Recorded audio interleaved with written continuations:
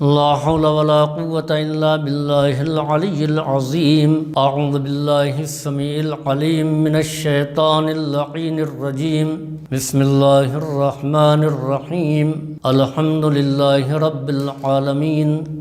الصلاة والسلام على خاتم المرسلين وأهل بيته الطيبين الطاهرين. أما بعد فقد قال رب العالمين في كتابه المبين. بسم الله الرحمن الرحيم.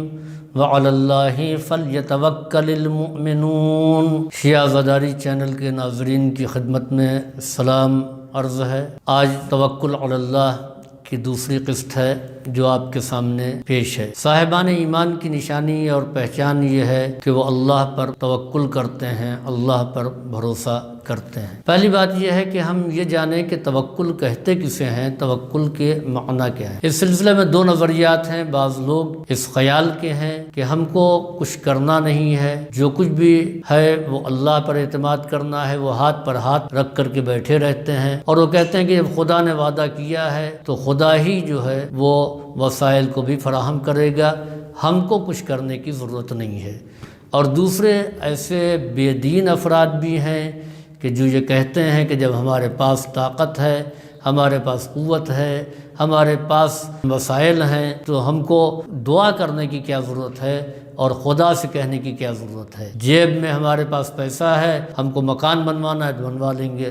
یہ ہم کیوں کہیں کہ آپ خدا سے دعا کیجئے اور خدا ہمارے لیے گھر تعمیر کرنے میں مدد فرمائے. یا اس قسم کی اور بھی باتیں ہیں کہ وہ کہتے ہیں کہ جب وسائل فراہم ہیں تو ہم کو خدا پر توکل کی ضرورت نہیں ہے. ایک خیال یہ ہے کہ ہم کو کچھ نہیں کرنا چاہیے، جب خدا نے وعدہ کیا ہے تو ہم بیٹھے رہیں گے، خدا نے وعدہ کیا ہے تو وہ پورا کرے گا. یقیناً خدا وعدے کو پورا کرے گا. دونوں نظریہ اسلامی تعلیم کے اعتبار سے صحیح نہیں ہے.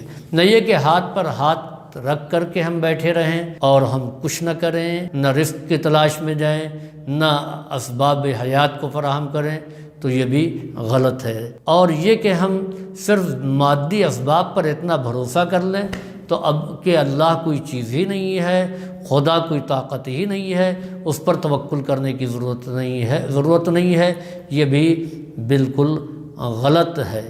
آپ دیکھیے سورہ مبارک جمعہ میں پروردگار عالم نے صاحبان ایمان کے لیے یہ نہیں کہا ہے کہ وہ ہاتھ پر ہاتھ رکھ کر کے بیٹھے رہیں، اور نہ ان سے یہ کہا ہے کہ وہ مادیات میں اتنا گھر جائیں کہ ذکر خدا سے غافل ہو جائیں. یا ایھا الذین آمنوا اذا نودی للصلاۃ من یوم الجمعہ فاسعوا الی ذکر اللہ وذروا البیع. اے صاحبان ایمان، جب تم کو جمعے کے دن آواز دی جائے نماز کے لیے تو تم ذکر خدا کی طرف دوڑو، خرید و فروخت کو، کاروبار حیات کو چھوڑ دو. اگر دکان میں ہو تو دکان کو بند کر دو، اگر کھیت میں ہو تو کھیتی باڑی کو اس وقت چھوڑ دو، اگر تم صنعت میں ہو، کچھ بنا رہے ہو، مینوفیکچرنگ کر رہے ہو تو تم اس کو بھی چھوڑو اور ذکر خدا کی طرف آؤ. اس کے معنی یہ ہے کہ خدا کاروبار حیات کو اسی وقت تک برداشت کرتا ہے جب تک ذکر خدا میں مزاحم نہ ہو. اب آئیے، ہر آدمی مسجد کی طرف آ گیا، دکاندار نے دکان بند کر دیا، کسان نے کھیت کا کام چھوڑ دیا، صنعت کار نے اپنی صنائی اور کاریگری کو چھوڑ دیا.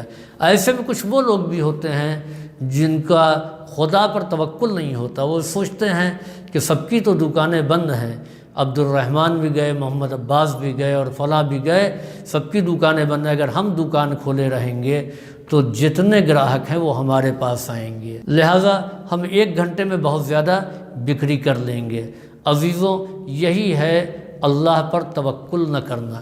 اب لیجئے سب لوگ مسجد میں آ گئے، نماز جمعہ تمام ہو گئی، تو اب اس کے بعد کیا مسجد میں بیٹھے رہیں، قرآن پڑھتے رہیں، ذکر خدا کرتے رہیں یا اور نمازیں پڑھتے رہیں؟ تو وہاں یہ حکم دیا جا رہا ہے کہ فَإِذَا قُضِيَتِ الصَّلَاةُ فَانتَشِرُوا فِي الْأَرْضِ وَابْتَغُوا مِنْ فَضْلِ اللَّهِ وَاذْكُرُوا اللَّهَ كَثِيرًا لَعَلَّكُمْ تُفْلِحُونَ. جب نماز پوری ہو جائے، نماز ختم کر لو تو پھر اس فانتشروا فی الارض، تم زمین پر منتشر ہو جاؤ۔ اگر کھیت سے آئے ہو تو واپس کھیت میں چلے جاؤ، اگر تجارت سے آئے ہو تو تجارت میں لوٹ جاؤ، اگر تم صنعت سے آئے ہو تو اپنے کاریگری اور صنعت کاری میں لوٹ جاؤ، اب یہاں پر تمہیں بیٹھنا نہیں ہے۔ تو اس کے معنی یہ ہیں کہ نہ تجارت بغیر بندگی کے ہے، نہ بندگی بغیر تجارت کے ہے، دونوں ہونا چاہیے، یعنی کاروبار حیات بھی ہونا چاہیے اور اللہ کی بندگی بھی ہونا چاہیے۔ بس فرق اتنا ہے کہ بندگی کے بغیر تجارت ہے، کھیتی باڑی ہے، صنعت کاری ہے، لیکن اللہ کی بندگی کے بعد اب تجارت کا نام کیا ہے؟ وابتغوا من فضل اللہ، تو یہ فضل خدا ہے، چاہے وہ تجارت ہو، چاہے وہ زراعت ہو اور چاہے وہ صنعت ہو، اس کا نام فضل خدا ہے۔ تو ہم کو یہ ذہن میں یہ بات رکھنی چاہیے کہ توکل کے یہ معنی نہیں ہیں کہ ہم اسباب کو فراہم نہ کریں۔ چنانچہ جناب موسیٰ علیہ السلام کا واقعہ ہے کہ جناب موسیٰ بیمار ہوئے، لوگوں نے آ کر کے کہا کہ اللہ کے نبی آپ اس جڑی اور بوٹی کو استعمال کر لیجئے، اس کے ذریعے سے آپ کو شفا مل جائے گی۔ جناب موسیٰ نے کہا نہیں، اللہ ہم کو شفا دے گا، ہم کو دوا کی ضرورت نہیں ہے۔ کئی روز گزر گئے، جناب موسیٰ شفا یاب نہیں ہوئے۔ آخر میں اللہ کی بارگاہ میں دعا کی، پروردگارا تو مجھے شفا کیوں نہیں عطا کرتا ہے؟ تو جناب موسیٰ کی جانب وحی ہوئی، اے موسیٰ، جب تک کہ تم ان دواؤں کو، ان جڑی بوٹیوں کو استعمال نہیں کرو گے جس کے بارے میں بنی اسرائیل نے ان سے کہا ہے، میں قادر ہوں، میں بغیر دوا کے تم کو شفا عطا کر سکتا ہوں، لیکن پھر میری حکمت کا کیا ہوگا؟ میں نے ان دواؤں کو عبث نہیں پیدا کیا ہے، میں نے شفا کو دواؤں کے اندر پوشیدہ رکھا ہے، لہٰذا تم جاؤ اور جا کر کے ان جڑی بوٹیوں کو استعمال کرو، اسی کے ذریعے سے تم کو شفا ملے گی۔ تو اس کے معنی یہ ہیں کہ توکل کے معنی نہیں ہے کہ آپ خدا پر توکل کر کے بیٹھے رہیں اور کچھ نہ کریں۔ کچھ نہ کرنے کا نام توکل نہیں ہے، آپ کچھ کیجئے لیکن اپنے کرنے پر اعتبار نہ کر کے خدا پر اعتبار کیجئے، اس کا نام توکل کہلاتا ہے۔ اور جب خدا پر توکل کر کے کوئی کام ہوتا ہے تو اللہ کی حکمت جو ہے وہ اس کو کامیاب بناتی ہے۔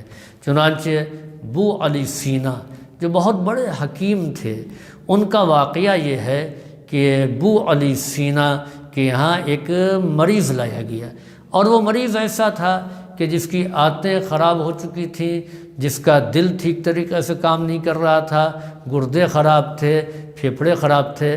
بو علی سینا نے معائنہ کیا، اور معائنہ اور جائزہ کرنے کے بعد میں یہ اندازہ لگا لیا کہ اس کو شفا نہیں ملنے والی ہے۔ چنانچہ بو علی سینا نے اس سے کہا کہ آپ لوگ اس مریض کو لے جائیے، اس کا علاج نہیں ہو سکتا ہے۔ وہ جانتے تھے کہ جو دوائیں ہیں بہت مہنگی ہیں، یہ دوائیں دے بھی دی جائیں گی تو ان غریبوں کا خرچ ہی ہوگا، اس مریض کو کوئی فائدہ نہیں ہوگا۔ لیکن جو لوگ اس مریض کو لے آئے تھے انہوں نے بہت اصرار کیا، انہوں نے بار بار اسے ضد کی کہ نہیں، آپ کو کوئی دوا بتانی پڑے گی۔ آخر میں جھنجھلا کر کے اپنا پیچھا چھڑانے کے لیے بو علی سینا نے کہا کہ جاؤ اس کو لے جا کر کے برسیم کھلاؤ۔ چنانچہ وہ لوگ لے کر کے اپنے وطن آ گئے اور اس کو برسیم دینا شروع کر دیا، برسیم کا کاڑھا، برسیم کی سبزی، وہ مسلسل اس کو کھلاتے رہے۔ اللہ کا کرم یہ ہوا کہ دھیرے دھیرے وہ مریض رو بصحت ہونے لگا، اور آخر میں ایک دن مکمل طور پر صحت یاب ہو گیا۔ چنانچہ اس کے گھر والوں نے سوچا کہ حکیم صاحب نے اتنی عمدہ دوا بتائی، اور ایسا مریض کہ جس کے بچنے کی کوئی امید نہیں تھی وہ شفا یاب ہو گیا۔ چنانچہ وہ لوگ حکیم صاحب کے پاس تحفے اور تحائف لے کر کے آئے، اپنے گاؤں سے کچھ بکریاں، کچھ مرغیاں، کچھ شہد، کچھ غلہ پانی یہ سب لے کر کے گھی وغیرہ کے ساتھ، سرسوں کے تیل کے ساتھ حکیم صاحب کے پاس آئے، حضور یہ ہم آپ کے لیے لے کر کے آئے ہیں۔ ابو علی سینا نے کہا کس لیے لے کر کے آئے ہو؟ کہا کہ آپ کا اتنا بڑا احسان ہے، اتنا بڑا کرم ہے۔ ابو علی سینا نے کہا میں نے کوئی احسان تو نہیں کیا ہے، کوئی کرم تو میں نے نہیں کیا ہے۔ کہا ہم ایک مریض فلاں دن آپ کے پاس لے کر کے آئے تھے اتنے مہینے پہلے۔ کہا ہاں وہ کتنے دن زندہ رہا؟ کہا کہ وہ زندہ رہا نہیں بلکہ زندہ ہے، ہم اس کو لے کر کے آئے ہیں۔ ان کو بڑی حیرت ہوئی وہ کیسے زندہ رہا؟ کہا حضور آپ نے جو دوا بتائی تھی۔ کہا میں نے کوئی دوا تو نہیں بتائی تھی۔ کہا نہیں آپ نے بتائی تھی، آپ بھول رہے ہیں، آپ نے برسیم بتایا تھا، اسی برسیم کو ہم نے استعمال کرانا شروع کیا اور اس کو اللہ نے صحت عطا کر دیا۔ اسی لیے ہم بکریاں، مرغیاں، یہ غلہ اور یہ شہد، یہ گھی، یہ تمام چیزیں آپ کی خدمت میں لے کر کے آئے ہیں۔ ابو علی سینا وہیں پر بیٹھ کر کے سوچنے لگے کریم تیرے کرم پر نثار، تو جس کو شفا دینا چاہتا ہے اس کو برسیم جیسی گھاس جو جانوروں کا چارہ ہے اس کے ذریعے بھی شفا دے دیتا ہے۔ تو اس کے معنی یہ ہیں کہ انہوں نے علاج ابو علی سینا کا کیا اور توکل خدا پر کیا۔ جب انسان اللہ پر توکل کرتا ہے تو معمولی سے معمولی دوا بھی اس کو فائدہ پہنچاتی ہے، اس کو شفا عطا کر دیتی ہے۔ اور جب خدا پر توکل نہیں ہوتا تو بڑی سے مہنگی دوا اور بڑے سے بڑے ہاسپٹل میں چلے جائیں لیکن کچھ کام نہیں آنے والی ہے۔ یہی وجہ ہے کہ دوا کے ذریعے دوا ہی پر اعتماد نہیں کرنا چاہیے بلکہ دعا اور دوا یہ دونوں ساتھ ساتھ ہونا چاہیے۔ اسی طریقے کا ایک واقعہ جالینوس نام کے طبیب کا ہے کہ بہت بڑا طبیب تھا، جو پیٹ کا اس سے ماہر کوئی طبیب اس وقت روئے زمین میں نہیں تھا۔ یہ اسہال یعنی دست کے مرض میں گرفتار ہوا، اس کا پیٹ خراب رہتا تھا، یہاں تک کہ اس کی نوبت یہ ہوئی بچنے کی کوئی امید نہیں۔ تو اس کے چاہنے والوں نے کہا حضور آپ نے معلوم کتنوں کا علاج کر دیا، آپ خود اپنا علاج نہیں کر سکے۔ چنانچہ جالینوس نے اس کو ایک پڑیا دی اور کہا کہ جاؤ گھڑے میں ڈال دو۔ اس نے گھڑے کا ڈھکن ہٹایا اور پڑیا ڈال دی، گھڑا پانی سے بھرا ہوا تھا۔ تھوڑی دیر کے بعد جالینوس نے اس سے کہا اس گھڑے سے مجھے ایک گلاس پانی لا کر کے دو۔ اب جو پانی اس میں پلٹنا چاہتا ہے تو پانی پورا جم چکا تھا، پانی اس گھڑے سے نہیں نکلا۔ تو جالینوس نے کہا کہ دیکھو وہ دوا جس نے گھڑے کے پانی کو جما دیا اس کو بھی میں نے اپنے اوپر استعمال کیا لیکن اس سے شفا نہیں مجھے ملی۔ تو یاد رکھو کہ شفا کا تعلق دوا سے کم قضا اور قدر الہی سے زیادہ ہے۔ جب اللہ کسی کو شفا دینا چاہتا ہے تو معمولی دوا سے دے دیتا ہے، اور جب شفا مقدر میں نہیں ہوتی تو بڑی سے بڑی دوا سے بھی مرض کا علاج نہیں ہو پاتا ہے۔ تو عرض کرنے کا مدعا یہ ہے کہ ہم کو اسباب بھی فراہم کرنا ہے، ہم کو خالی ہاتھ نہیں بیٹھے رہنا ہے، اسباب کو بھی فراہم کرنا ہے، اور اسباب کے فراہم کرنے کے ساتھ ساتھ ہم کو اسباب کو بھی فراہم کرنا ہے، اور اسباب کے فراہم کرنے کے ساتھ ساتھ خدا پر توکل اور بھروسہ بھی کرنا ہے ہم کو۔ السلام علیکم ورحمۃ اللہ وبرکاتہ۔ شیعہ زداری، پیغام اہل بیت کو پہنچانے کا راستہ۔